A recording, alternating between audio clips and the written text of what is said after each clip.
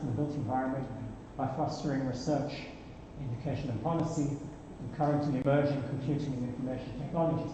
And that's taken from the EC3 Charter, which is really what the EC3 is all about, not much more. And I add in the area of modeling and standards. So that's what we're here for. As academics, and as a principally academic organization and set of people, the main area that we can influence here, of course, research and education, but also policy. And I think that in the work of the committee per se, the area that we can most influence is that of policy, because we're each engaged in education, we're each engaged in research. Policy is perhaps something that as individuals is much more difficult to put a handle on. I guess many of us serve on our national standards committees one kind or another. But in terms of European level academic input, this is something that we have a unique opportunity to provide. These are the members who have been working over the past months. And for the sake of procedure, I will just add that we, for those of you who are not familiar with it, the EC3 Charter set up these committees, and it also stipulates that the officers of the committee, at least the chair and the vice chair, and perhaps if we are able to, we will have a secretary of the committee, that those three roles rotate. They rotate in the sense that at every meeting of this kind, we should elect a secretary who, so that then in the following year, the vice chair becomes the chair, the secretary becomes the vice chair, and we elect a new secretary, and so on. So that the election for secretary is in fact an election for the next vice chair and the next chair of the committee. Okay. So the first thing I want to do is really just thank Andrea, Antonio, Fred Roche, and Manfred for working on this over the past months. And in particular to Manfred for accepting the role of vice chair, meaning that the next time, well, within a year from now, he will take on the role of chair. Actually, Manfred, I'm not sure everybody knows you. Stand up and say hello. Hello, everybody. My name is Manfred Wright, and I'm serving as director of further education program in PDC, and leading the research in that field in the university. All right. Okay.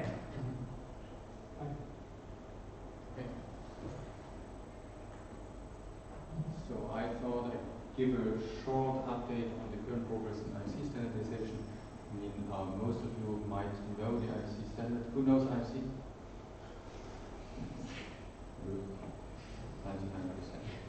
99%. So a lot of things are going on there. Maybe the most important developments are in the infrastructure room. We have completed IC Bridge recently. I had a presentation about it this morning. This resulted in the publication of IC 4.2. So this is the latest standard, not yet a complete official standard, but it will be an official standard very soon. Then we have two projects running in parallel, quite important projects. It's IC Road, led by the Swedish Transport Agency, and IC Rail. IC Rail is even a little bit bigger than IC Road. IC Rail has very big stakeholders involved, including China Railways, really huge company. Then we have the French railways, the Italian railways, Swiss railways, and Austrian railways. All of them are working together on the standardization of IC railway. And this is really a big step forward for building smart, because suddenly a lot of activities are involved, and also a lot of money is involved coming from these organizations. So the IC railway project is a €5 million project, so quite big. And at the same time, they have really time pressure. So the Chinese stakeholders who put a lot of money into the project want to see results by the end of the year. Most importantly, at the next Building Smart Summit, which is supposed to take place in Beijing. So, and then we have the Boston Harbors project, again initiated by a company in China, carried out mostly in the UK, with Nick being involved in this project. I think you are also quite close to finishing, if I have one correctly, like also end of the year. We will catch up. By the time of Beijing, we will have caught up in Rome and So the biggest challenge is actually with these many activities going on at the same time to keep it coordinated. And now we had a number of harmonization workshops where we brought people from the different fields together to make sure that not each and every project really likes to deal in a slightly different manner. This is really super important. Okay, then the tunnel project, IC tunnel, just started in June this year and it will be completed hopefully by the end of next year. So this is kind of the latest project. Everything will be condensed in IC5, so this will be the final goal. However, there will be intermediate publications. We don't know the numbers exactly, who will get IC4.3, who will get 4.4, 4.5. Let's see who's first. But IC5 is expected to have also more, let's say, severe modifications with respect to the general data structures. This might require, again, another work, and this might, on the other hand side, lead to the fact that it will take some time until IC5 will be finally accomplished. Okay, any questions about it? Or maybe, Nick, you want to add something? Of course, there are lots of other activities at the same time in Building Smart, but I was like really focusing on the IFC part. Okay, that's it. Yeah, I think that's great to hear that IFC is being progressed across the board almost, for not only now for buildings but for infrastructure and all aspects. Okay. So thank you very much. Okay, so let's talk about development and collection of templates for European annexes for ISO 19650. ISO 19650 is the information exchange or information management standard that grew out of the British BS 1192, which grew out of PAS 1192, and I'm going to assume they're all fairly familiar with what that was all about.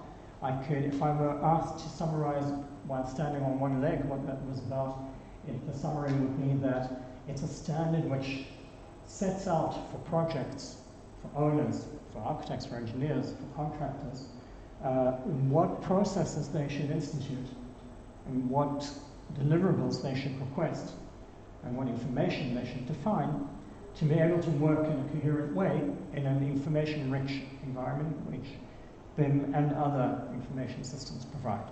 So it would be incorrect to say that this is a BIM standard if we meant that that was only about BIM. It's about quite a bit more. I guess what the real thrust of the standard, I'm happy to be corrected if somebody thinks differently or would like to add to the definition. What it changes in the game is that it places the onus very heavily on, especially on owners, but also on others through the chain, to very specifically define the information they require and to manage the creation of that information just the way they manage the creation of the building or the range or whatever else. So in parallel to what you might consider the drawings and the specifications, the bill of quantities defining the product that you require, ISO 19650 determines the process and the relationships and the structures that define the information we require.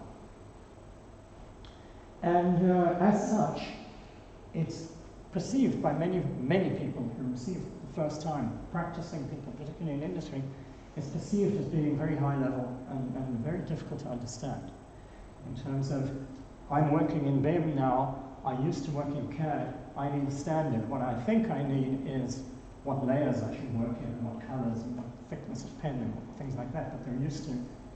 and you're giving me something that's talking about principles and ideas that I have no idea how to actually implement.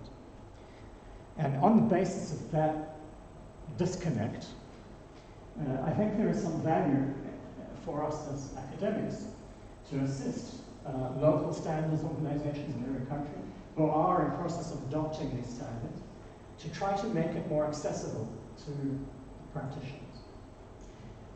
It's not just education, it's more about facilitating and providing the basic tools that allow them to fulfill the requirements. And so what we're talking about here is questions, issues, and paths to support construction SMEs. I think it's fair to say that the way that EC3 as an organization approaches its sponsors, and by its sponsors I mean the people paying the money, the UK Institute for Civil Engineers, the Turkish, Israeli, soon to be, we have other equivalents. What those organizations are interested in, they support EC3 to provide a service to their members, to their membership. And this is perhaps one way that we could do that as a public service and justify what we receive. So here are the questions. I apologize for the text being small and that you're breaking your necks to be able to read that day.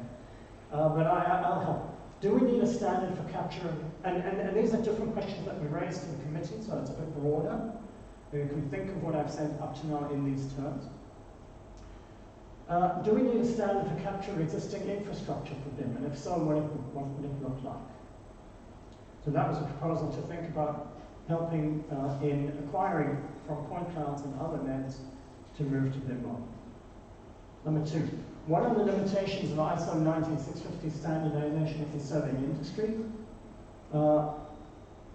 Could we do a critique of the process? Could we discuss what is possible, what is not possible? What aspects should be prescriptive and which should remain performance-based?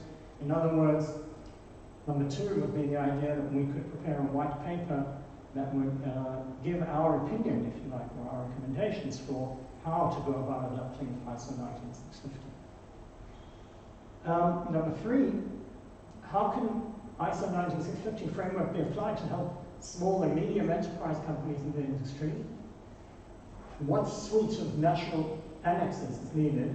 Can we identify a set of simple components? And I'm talking here about building BIM execution plans, employer information requirements, common data environments, each to be simply defined that can have value for construction SMEs across Europe. Emphasis on SMEs for two reasons. One, that they make up the bulk of the members of the engineering organizations supporting EC3. And reason two, that the smaller the companies are, the fewer resources they have to build all these tools themselves. A major company or a public client adopting BIM usually will have the people or the ability to hire the people to write these documents, to write contract clauses, to write level of detail specifications, to write all these little bits and pieces of information infrastructure that need to be in place in order for you to apply them to your suppliers and demand from architects to provide your information. So by providing a template, a set of templates, we may be able to assist. So here's the questions. Can we identify best practice company level guides for different aspects of BIM implementation? And can those be used as templates for the components?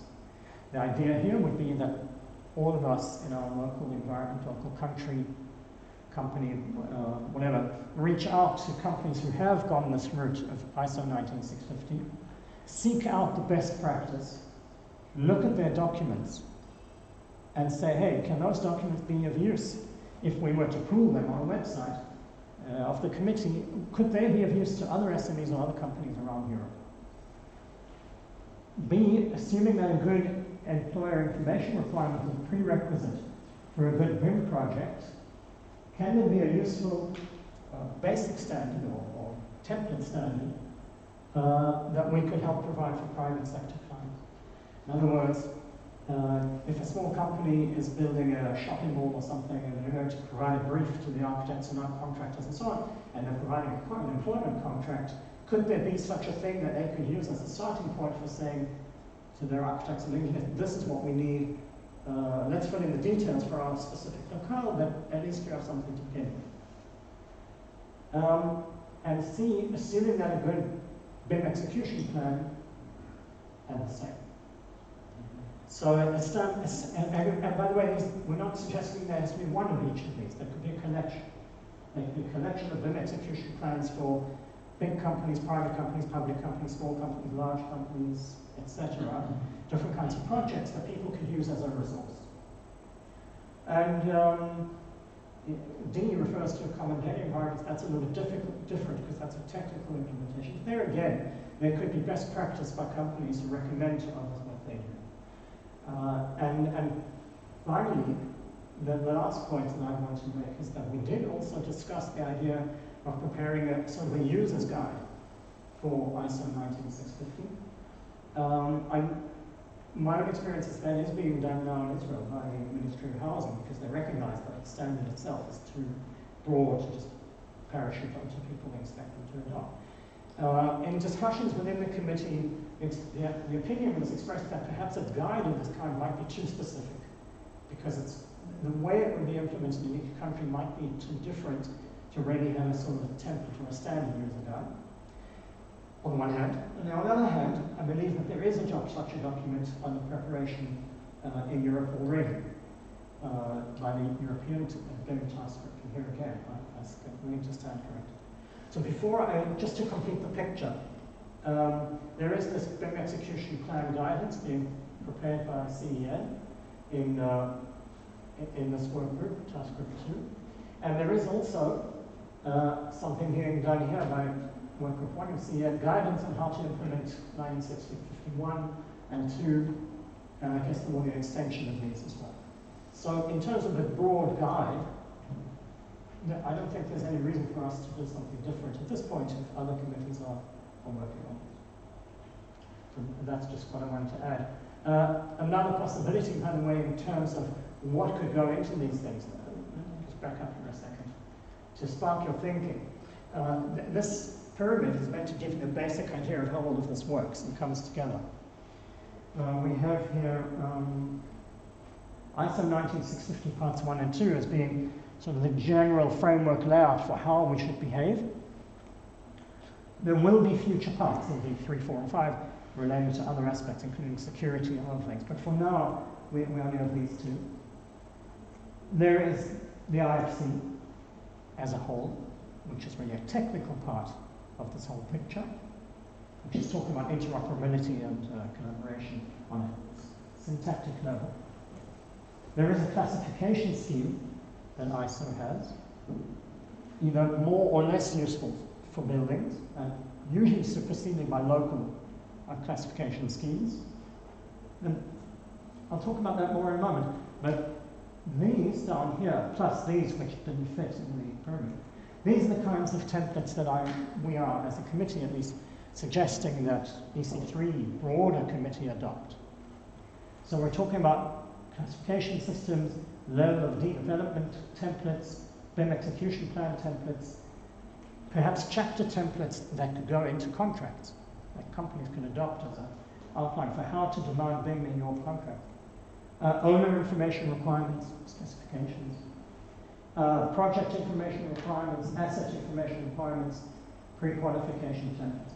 So if you think of asset information requirements, a local council building a water tower, for example, if somebody's already done a water tower and has a very specific asset information requirement document, there's no reason to think that that thing couldn't be adopted, edited, changed, and used, much like our students use their previous year's homeworks as a basis for doing this year's homework, right? They do it because it's efficient. It's called case-based reasoning. And there's no reason the industry shouldn't do the same thing. They do it already, right, with all their models and with their contracts anyway. Right. So let me open up, and the last thing I will tell you here is that in that triangle for classification systems, there is, it was brought to my attention by a professor from Estonia who has worked on this, that there is an effort in Czech Republic to collect classification systems, and indeed they found across Europe 26 building classification systems, which they're now trying to compare, evaluate, and come up with one of the better ones. And they did, in fact, pinpoint one of those 26 as being the most comprehensive and precise and useful, and we could share that later. But for now, you at least need to be aware that that's happening. So, I open up discussion to the floor, and what I'd like you to address is, does that have any merit? If it does have merit, how do you see it coming together? Are there what are the pros, what are the cons, and whether you're willing to volunteer to take part. Right? Yeah. One of the biggest problems that countries face nowadays that haven't yet started adopting BIM is how to best approach the BIM implementation, the processes. Yeah. So I think we should aim as an organization, as a group of specialists in that subject, to help them, to guide them through this process. I think one of the companies yesterday in the Industry Day discussed this in terms of the digital transformation process and how we can help them achieve that. So I think it should be one of the goals of this community.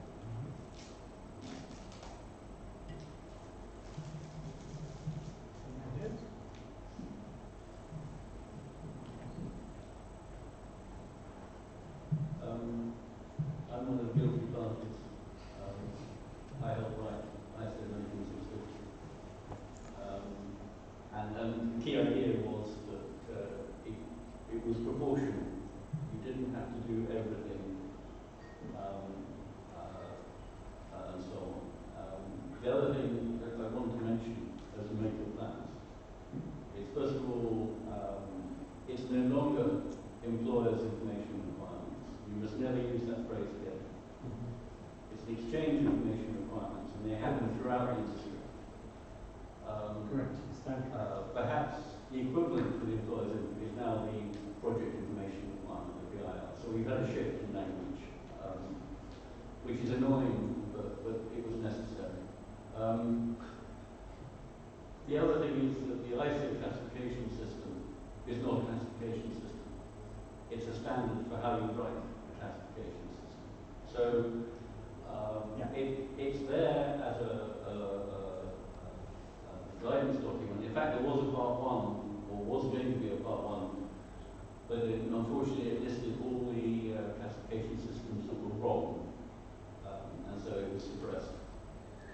Anyway, so I just bring that correction.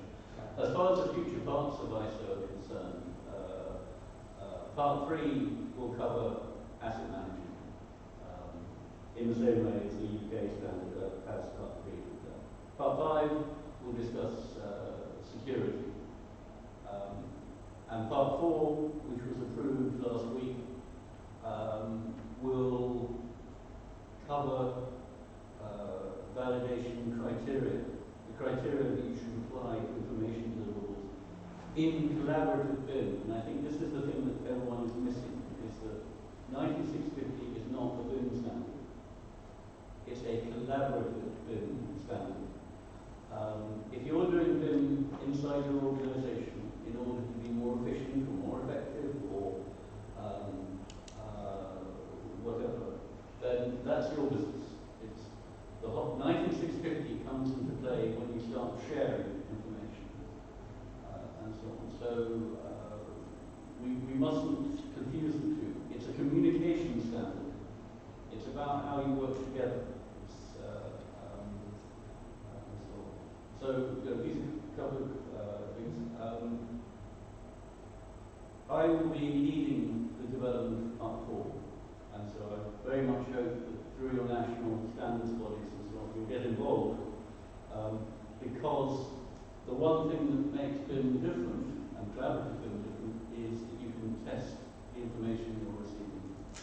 And so I think that Part 4 will be the first step in the industry getting serious about information delivery.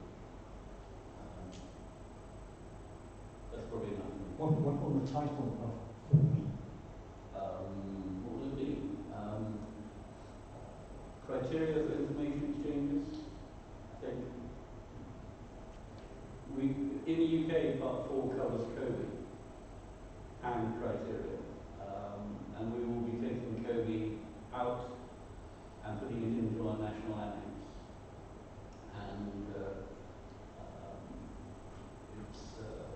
there hasn't been much appetite for the adoption of code in Europe, although suddenly people are getting interested in it again, so maybe we'll put it back in something. I hope that helps a little. Yeah. It would seem that it would just seem that code B probably belongs on that lower part of the pyramid rather than in the 1950 itself. Sweet. Right. Floor's open. Don't all jump at once.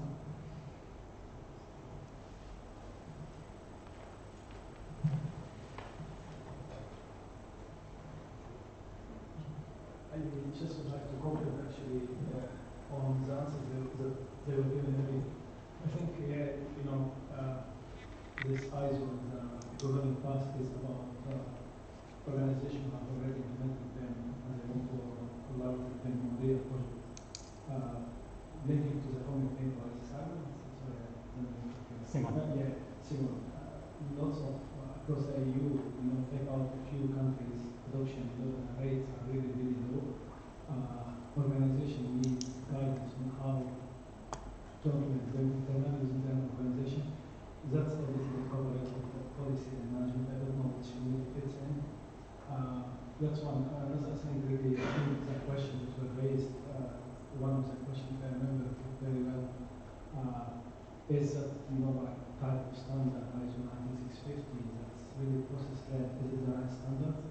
And I do consultancies for different governments across the world on developing strategies, and often this question comes, they say that ISO was a pass, it's like UK driven, and we know the UK culture is process-led, so UK is a construction industry, or generally as a country, the culture of British is process-led, they like processes, they comply with processes, they're good at mastering processes, but if you go to another country, actually that wouldn't work. They don't have the patience to comply with the process, to understand the process. They are more towards deliverables. So if you develop a BIM strategy for Turkey, they are more likely to adopt it if you focus on deliverables. And there are already in Scandinavia BIM guidance or BIM protocols that focus on deliverables rather than how to get to those deliverables. So this, I think, a question that it's a philosophical kind of question. Needs to be addressed, I think.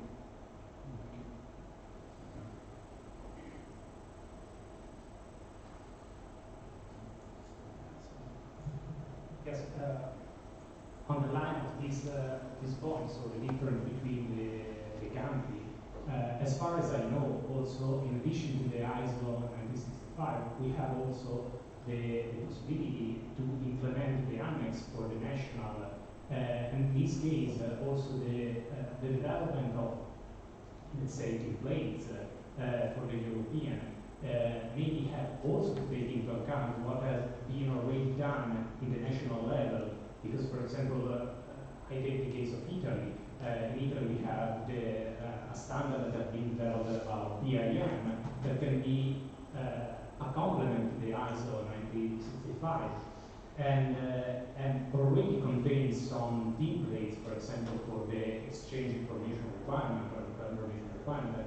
And so I think that in the development of this kind of templates, we also have to take into account this point, that is the difference between the different countries, because many countries have different cultural point of view and different approach to the use and implementation of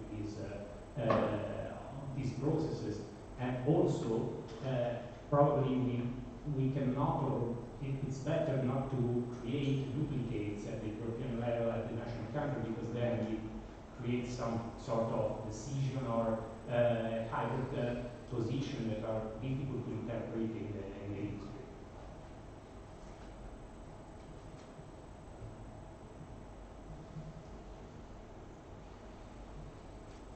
New.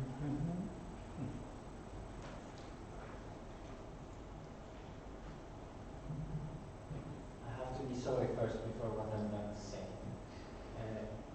I was at Digital Construction Week in UK last year, and they were talking that in this meeting for SMEs, as you said, and you said they were talking about that 80% of SMEs companies in UK, 80% they don't know anything about them, and they're not using it. So, I'm sorry, if it's collaborative BIM, as Nick is saying, we are far from that. We have to go and talk their language first before, so they can understand us, so they can actually listen to us. So yes, that guides is great, but based on collaborative BIM, I don't think so. I think we have to go a step down, if I can say that. Well, that raises an interesting question about what, at a number of levels, what is our role as academics? What are we responsible for and what are we not responsible for? And it raises questions about where we want to, if we decide that we want to carry some, or that we're able to make a contribution and therefore we feel a moral responsibility to muddy our feet, then at what level do we want to do that and to where do we want to guide? So I'd be happy to hear some discussion at that level. Because you've raised the question, I think it's very valid. So I'll continue on the same point and again also kind of mention what's going to happen in the next session, because based on Rafael's input in the program in the committee we have been discussing, one of the agendas we have taken for the educational committee to look at how can we actually educate people on standards. I will take this as an example. And so to come back to the question that you have is, one of course is whether the industry is entirely ready for that or not, but at least education should be ready for these sort of things coming in. So at least in the next 10 years, we have people ready for standards in that sense. So continuation of this session would be, again, following on the educational community, taking this as an example, is how do we actually deliver education on standards to academic students as well as to the practitioners. So probably that's one way to move forward.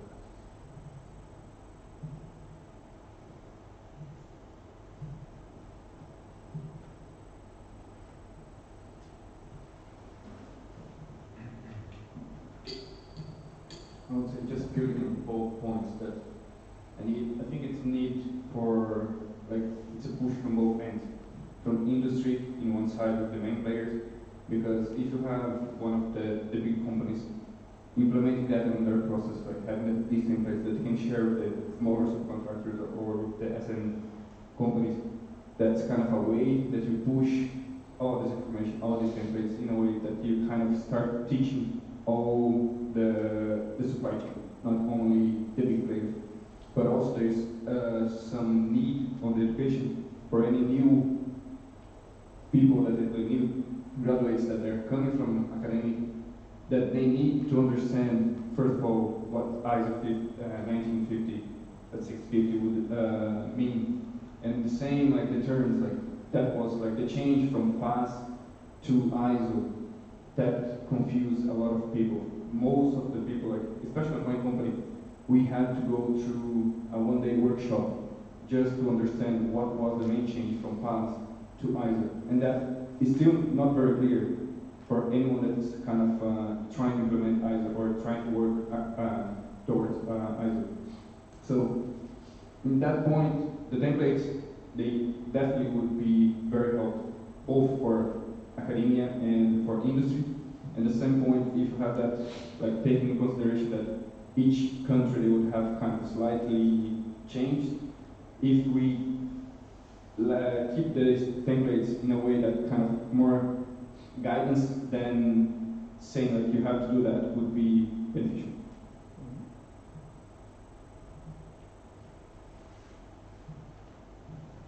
I think one of the problems we face is with ISO 19650.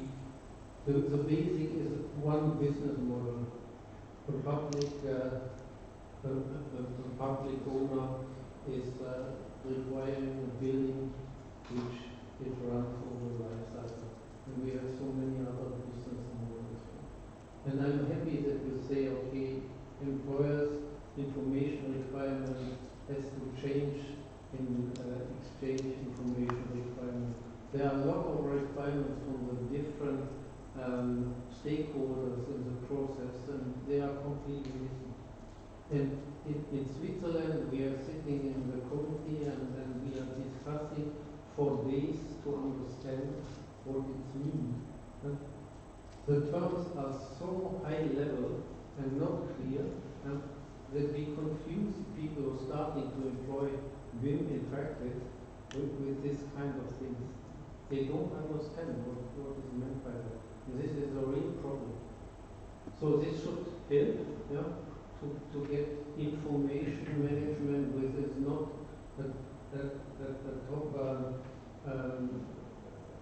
the topic in education, yeah, for AEC. Yeah. So computer scientists have a different view on that. But if you're talking about planning of the planning, yeah, and agreeing on common goals on project with small and medium-sized enterprises, this is very a tough part. And so I'm happy because they were saying this is all about collaboration. Yeah? So the effect of BIM really the world is in collaboration. And and this is a problem. So I think we could help. There's not only a cultural difference, but there's a difference in the business models as well. And we can work out. You agree? So you're next to explain why this is. I don't want this to turn into a courtroom, but I think all the work that went into the ISO was to take out all the cultural or national dependencies. I think, yes, we were lucky that we had a national government that was deeply worried about the poor performance of the construction industry and varying, in particular, the widely varying cost of schools, which triggered them to say they wanted to be a better owner. So it's not specific to the public sector, and the adoption of BIM by clients is spreading into the private sector, including property developers who supposedly don't care, but actually they do. They do because they have to sell what they do. So in fact, in some ways, they care more than anyone. So I don't think ISO 19650 is an artifact of UK culture. I think that's too easy an excuse. I think it's based on collaboration, and computer science and other standards have said very little about collaborative working, collaborative information management. Indeed, the ISO on collaboration only talks about collaboration within one organization. So, it is necessary, it is a process. We're trying to standardize the process because we can't standardize the projects. So we have to standardize something in order to make progress. And there are ISO standards that cover deliverables. ISO 12911 is a very useful tool for thinking about individual deliverables. It's been out there for 8 years now, and people who use it love it. Most people haven't heard of it, but that's where we are. So I think, and in the UK case, I think the fact that you had a day's training is great. You could have come to me, I would be cheaper. But you could also have picked up free publications that have already been published on transitioning from past to curriculum. So it's not that we dropped anyone in it. So going back to the big question, which is what is the role of this group? I think this group has to decide whether it's an academic group or an industry and academic group. Because as an academic problem, you can watch industry floundering with all the difficulties that are coming through, and you can observe and laugh. But if this group is to be relevant, it has to say that we want to engage and help in a positive way. That was the charter that I saw this morning. And I think we should hang on to that. It is not an academic problem, but academia has got a strong role in sorting out, and in fact, my suggestion would be of getting all this stuff back to being normal. Because we used to do design management and project management and construction management. And we didn't have all these acronyms. And that's what we need to get back to. And in the UK, someone said, we need to get back to this being business as usual. And just as they had that brilliant idea that we needed to get back to being business as usual, they said, we'll make it into an acronym, BAU. So I think the question is, what can this group and its contacts do to make a sensible picture of what is happening? And it goes wider than 19650 and things on the ground. Yeah, I'll add a comment there. Thank you. I think in that sense, if you want to use a metaphor of collaborative BIM being a bicycle and people in the industry learning to ride the bicycle rather than walking as they have up to now, or any other similar metaphor you would care to add, really what we're suggesting is here is that the thing at the top is the bicycle, is the user's guide to the bicycle. And what we're suggesting to add is perhaps the training wheels or the helmet or something else that will help that person get going and learning how to use that bicycle as business as usual. Once up and running, then it's business as usual. And if we are to have a contribution to that, I think that Nick is correct, that we need to engage by saying, yeah, we realize this is difficult. It's not only that you have to learn the new technology, but the technology itself demands that you change your processes for the sake of your own business and for the sake of your own sanity. And therefore, we're going to help you understand those processes as much as we can help you understand the technology. I don't want to drag this out for the sake of it, so I think I'm going to ask by a show of hands. I'm not going to ask if this is a good idea, I'm going to ask it more specifically and practically. For example, were we as a committee to send a request to all members of EC3 or perhaps more broadly to find and send or upload any of these documents, how many of you would be A, able and B, willing to reach out to whatever organizations you're engaged in, ask them for their execution templates, for their LOD specifications, for their contracts specifications on them, look through them, organize them in a way that's palatable to others, because it may require some, I won't say translation, but it may require some editing.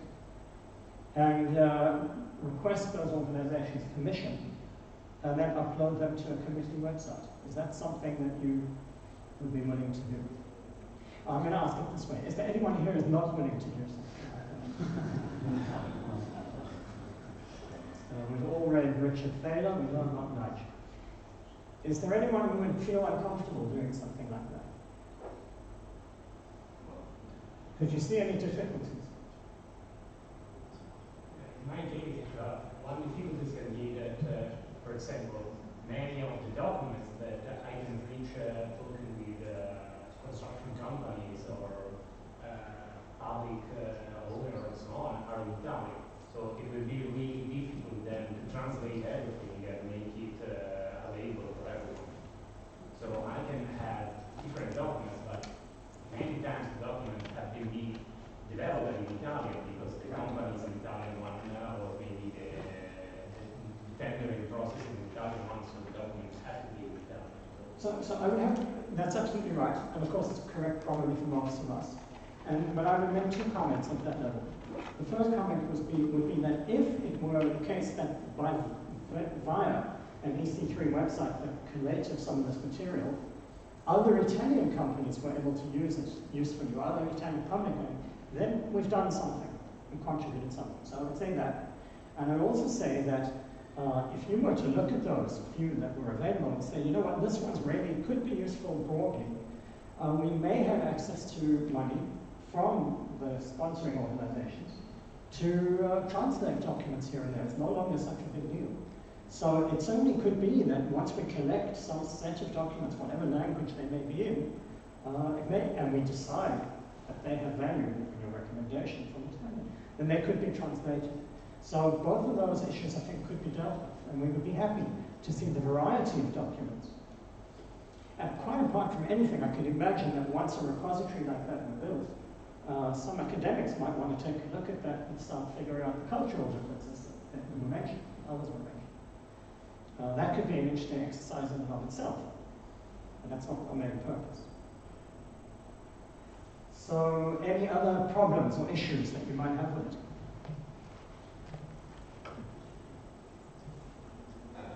My practice with document industry, one other issue is that companies, like small, medium-sized enterprises, who start with adopting BIM is that they see this kind of standards and they see, okay, it's so abstract. And even if they would have examples of fusion plans and so on and other templates, it's still too abstract. They want to see data, and it's similar, more specifically in our case of linked data and so on, where you make data structures very abstract.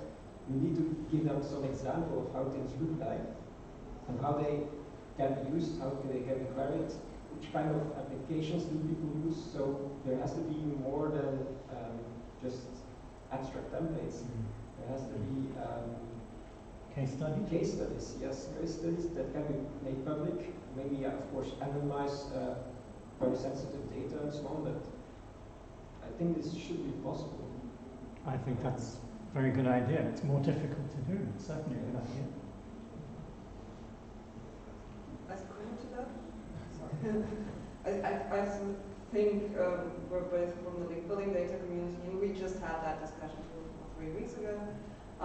So I totally agree with him, but I think what you are proposing to have this platform where you can upload templates and best practices of organizations and companies, this could already be a first step. But when you're setting up such a platform, you should maybe already consider that it might be feasible to create some sort of connections between the documents to enable the international interoperability. Because, for example, when I look at that diagram, I see the classification scheme and I see national classification systems. Well, that helps the interoperability within a country, but if I want to sell a window to France, it will not help me at all. So that's also maybe an aspect that we should keep, or you should keep in mind from the very beginning. Just from my perspective, as a committee, do we need to define an adoption plan for collaborative BIM? I'm sure there are others in the room who are more qualified than myself to comment on that. But if we're looking to support something or to achieve this activity, what is the kind of vision as we move ahead? James, what kind of plan do you have in mind?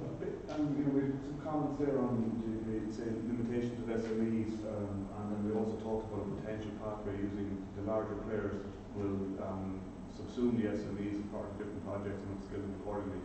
I acted as an intermediate term project evaluator for 2 EU BIM-based training initiatives, and it struck me as I kind of read through the project reports that the big companies bringing on board the SMEs for specific projects was a successful mechanism. There was also feedback from the SMEs that a lot of them felt that they didn't need to be upskilled. They knew their respective domains and didn't need any more training in them. One particular exemplar case was where for a ventilation and infiltration example, they kitted out a shipping container and developed a BIM representation of the shipping container, and also brought the physical container along, brought the virtual system along, and the SMEs were able to upskill in 1 or 2 day training sessions, and they really engaged with that because it was so hands-on, and that was a very effective mechanism. But that was in 1 country only. There were 5 or 6 other countries in a particular project, and we weren't achieving the same levels of success. So again, the pathway to upskilling the workforce and bringing people on board. Do we have a vision or vision on that? My sense is that what you're suggesting needs to be referred to the education group. Part of it, yes. For sure. Okay, I can So it's not that I want to not deal with it, but I think just for sake of focus, we should suggest you to bring it up in Vishal's meeting at 5:30. Okay.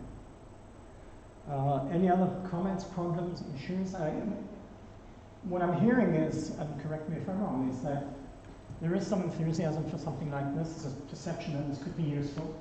It's worth trying. It's not enormous effort in terms of negotiations. We certainly don't want to set up a committee that deliberates for any kind of hours, but rather that a core team could gather to collate and organize this information.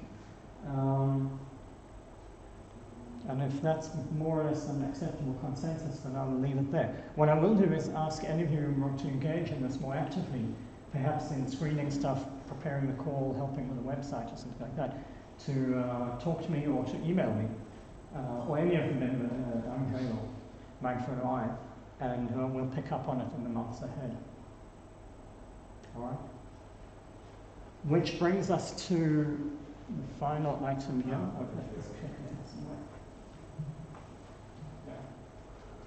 Okay, thank you. Which brings us to this.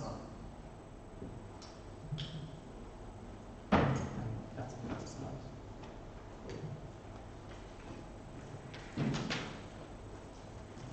Thank you, Rafael. I don't have a presentation, so I'm gonna talk about this cost proposal. Basically, some of the things I spoke about in the morning, I will expand on them and see if we can get you interested in this proposal, joining us and helping us developing and submitting it. So what is COST? COST is the European Association for Cooperation in Science and Technology. What it is, it's a mechanism, a vehicle by which the European Union helps develop networks of professionals or researchers. Okay, so because it's a vehicle for developing networks, it only funds networking activities. You know, workshops, conferences, meetings, work groups, short-term scientific missions between the partners. So which is basically what we are trying to do as a community. Okay, so COST fits our vision, our setup, our functions. Okay. What we want to do, we want to take the 4 technical committees that are the pillars of this EC3 community: modeling, education, sensing, and data acquisition. Okay, to use these technical committees as the work groups of this cost proposal, and then use the funding provided by COST to strengthen our network and produce what we envision to produce. The products, the deliverables would be what the committees decide are the priorities for the next 3 years, and the cost, should we get funded, will provide us the money to produce these outputs and disseminate the work of this community to the industry. Now, a couple of things about COST that are significant. They're looking for geographical dispersion of the participants. So it is important to get participants in this proposal across Europe. Not only across the European Union members, but also from near neighborhood countries, Israel for instance, that can participate also and help strengthen the European networks. They also allow members from across the globe, for instance, the United States, Asia, Hong Kong, Singapore. The reason I'm saying these countries is because they are considered to be developed in this particular field of expertise, BIM and digital transformations. So we plan to start with the core members of this group and expand it to include other members as well. What kind of funding are we talking about? We're talking about €1 million, I think, funding for 3 years period. The proposal is pretty short. by EU standards. It's about 15 pages long. So it's very, has high condensed content, very short, okay, and it should be explained in good terms why this community needs funding from the European Union and why the European Union should fund this community. Okay. Now, should it be funded? The proposal will allow us, as I said, to network. It allows, I think, 3 people per country to participate in these 4 activities, to participate in the work groups and in the technical committees. And it's going to be just the beginning for something bigger, because once you have the cost action and the network set up, then you can go after other European proposals, research proposals, Horizon 2020 proposals. Okay, so we see this as a stepping stone. Okay? So, in conclusion, what I'm asking you, 2 things. The first question is basically what we asked in the morning. Whoever is interested in joining the proposal should let us know. Okay, send me an email, fill out the information we gave you here, and send it to me, and then we'll include you in the proposal. The second thing we need from you is advice on how to make this proposal stronger. What kind of topics should we include? Of course, the technical committees will give us feedback from these meetings today and their vision, but also from, we hope to get from you suggestions and possible directions for this action. Okay. That's all I had to say. Rafael, I don't know if you guys have anything to ask about the cost organization and the cost actions. I can answer. Symeon, what practically do you need from people? I need 2 things. I need 1 thing. This information at the back of this handout. And I gave the handouts in the morning sessions, and I think I have some additional copies in at the registration desk. We need to have a good balance between, as I said, between geographical regions, but also a good balance between academic levels or research levels. And I think they classify the research level of the participants in 4 levels, R1, R2, R3, R4, and we need to have a good balance. We need senior people, we need junior people, we need academics, we need professionals, industry. Okay, we need professional associations, we need public agencies. Okay, so we will make an effort to collect, to include people from across the board. So what I need from you guys, if you're interested, send me, fill this information in, scan it, and send it to me.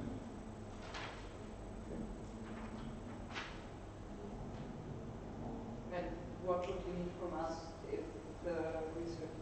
We don't need from you any text, any input right now. We welcome suggestions on what to include. Okay, but once we get funded, then that's when the work will start in terms of participating in the committees, in the work groups, in the workshops, the summer schools, things like that. We don't want research. It's not about research.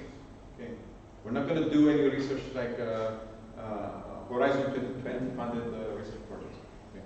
It's basically work groups, dissemination, networking, white papers, things like that. And of course, transcending the outputs of this community to the professional associations of our countries.